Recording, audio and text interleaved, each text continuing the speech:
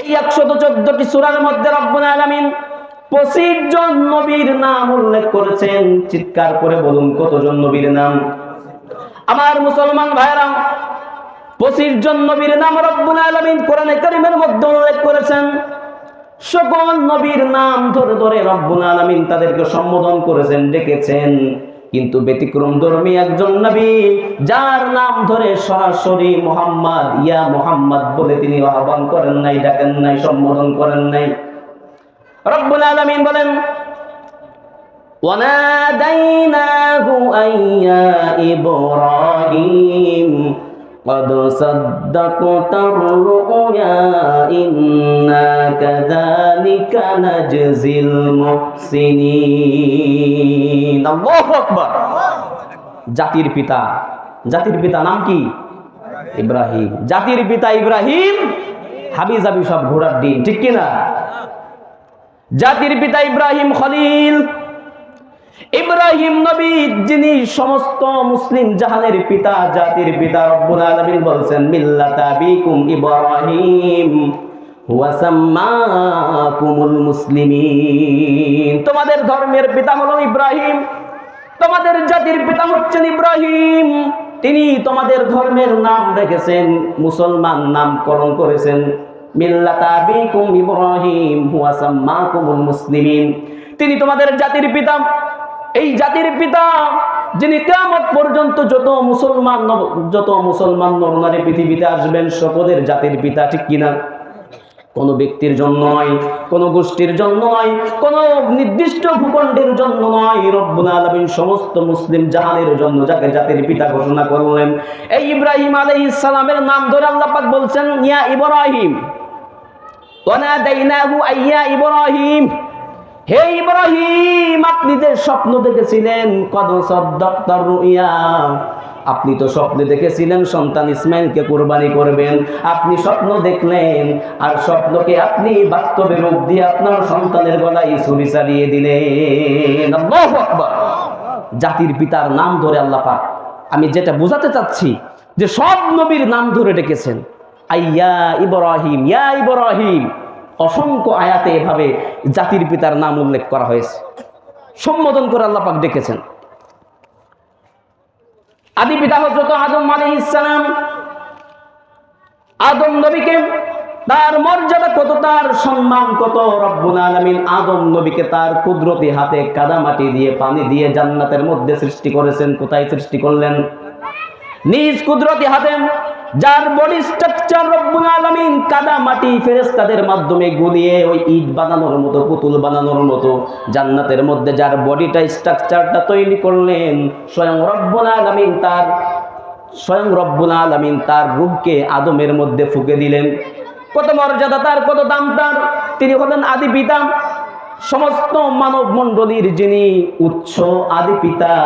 সেই আদি পিতার নামটাও রব্বুল আলামিন সম্বোধন করলেন। আল্লাহ রাব্বুল আলামিন বললেন, ইয়া আদম উসকুন আনতা ওয়া যাওজুকাল জান্নাহ ওয়া কুলা মিনহা রাগাদান হাইসু শি'তুমা ওয়া লা তাকরাবা হাযিহিশ শাজারা ইলা আখিরিল আয়াত। এই আয়াতের মধ্যে রব্বুল আলামিন বলেছেন, হে আদম, ইয়া আদম, হে আদম, উসকুন আনতা ওয়া যাওজুকাল জান্নাহ, তুমি আর তোমার স্ত্রী জান্নাতের মধ্যে স্বাচ্ছন্দ্যে বসবাস করো, যা ইচ্ছা তাই খাও, যেখানে ইচ্ছা সেখানেই যাও। কিন্তু খবরদার, খবরদার, ওয়ালা তাকরাবা হাযিহিশ শাজারা, ওই গাছ, এই গাছের নিকটেও যেও না। ফাতাকুনা মিনাজ জালিমিন, জালেমদের অন্তর্ভুক্ত হয়ে যাবে। অন্য ঘটনা, অন্য প্রেক্ষাপট। আদম নবীর নাম ধরে রাখলেন, আদি পিতা ইব্রাহিম নবীর নাম ধরে রাখলেন। জলিলুল কদর পয়গম্বর হযরত মূসা কালিমুল্লাহ, জলিলুল কদর পয়গম্বর মূসা কালিমুল্লাহর নাম ধরে আল্লাহ পাক ডাকলেন। সূরা তাহা 16 নম্বর পারা আল্লাহ রাব্বুল আলামিন বলেন, মূসা, তুমি তোমার পায়ের জুতা তুমি খুলে রাখো, কেননা তুমি এখন যেখানে অবস্থান করতেছো, ইন্নাকা বিল ওয়াদিল মুকদ্দাসি তুয়া। ইয়া মূসা ইখলা'না আলাইক, তুমি তোমার পায়ের জুতা খোলো ইয়া মূসা।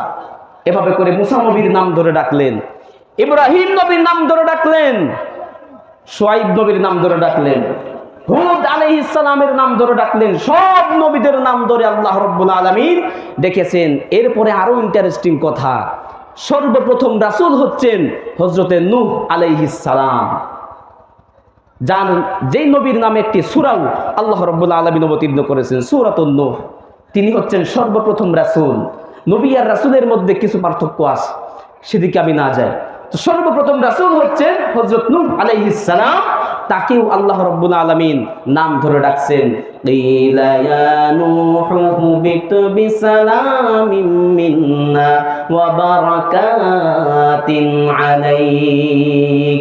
আল্লাহ বললেন, হে নূহ, বিসালামিন মিন্না ওয়া বারাকাতিন আলাইক, আমার পক্ষ থেকে রহমত, করুণা, বরকত আর শান্তি নিয়ে তুমি এই জুদি পাহাড়ে অবতীর্ণ করো। সব নবীদেরকে নাম ধরে ডাকলেন।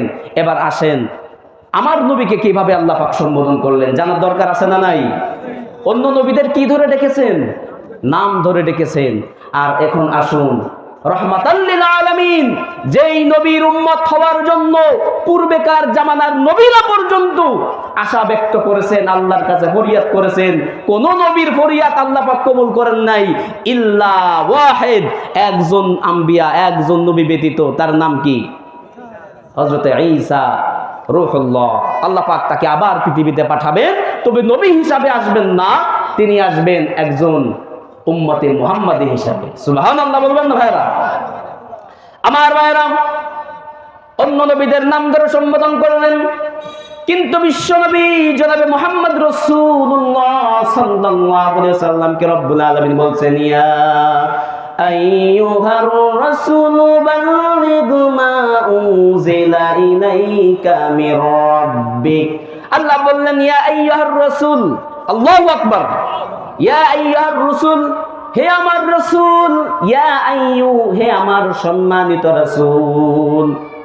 সম্মান সূচক বাক্য দিয়ে ইয়া মুহাম্মদ বলতে পারতেন, যদিও পবিত্র কুরআনুল কারীমের মধ্যে 4 জায়গায় 4টি স্থানে আল্লাহর নবীর নাম এসেছে, মুহাম্মদ আহমদ নাম 4টি জায়গায় এসেছে, তবে কোথাও আল্লাহ রাব্বুল আলামিন তাকে ডাইরেক্টলি ইয়া মুহাম্মদ, ইয়া আহমদ এভাবে সম্বোধন করেন নাই। বিভিন্ন অ্যাঙ্গেলে আল্লাহ রাব্বুল আলামিন নবীজির নাম কুরআনুল কারীমের মধ্যে ঘোষণা করেছেন। নবীকে ডাকলেন, ইয়া আইয়ুহার রাসূল, হে আমার প্রিয় রাসূল, সম্মানিত রাসূল, ইয়া আইয়ুহান নবী, হে আমার সম্মানিত নবী, ইয়া আইয়ুহাল মুজাম্মিল, ইয়া আইয়ুহাল মুদ্দাসসির। আল্লাহু আকবার। ইয়া আইয়ুহাল মুজাম্মিল, হে চাদর আবৃতওয়ালা, কম্বল আবৃতওয়ালা। ইয়া আইয়ুহাল মুদ্দাসসির, হে চাদর কম্বল আবৃতওয়ালা। এভাবে করে রব্বুল আলামিন তার হাবিবের নামটা পর্যন্ত তিনি সম্বোধন করে ডাকেন নাই। নবীকে কত সম্মান দিলেন, কত ইজ্জত দিলেন। রব্বুল আলামিন কোরআনে কারীমের মধ্যে বলছেন, ওয়া ইন্নাকা লাআলা খুলুকিন আযীম। নবী হে, আপনি হচ্ছেন পুত পবিত্র চরিত্রের উপরে প্রতিষ্ঠিত। সুবহানাল্লাহ।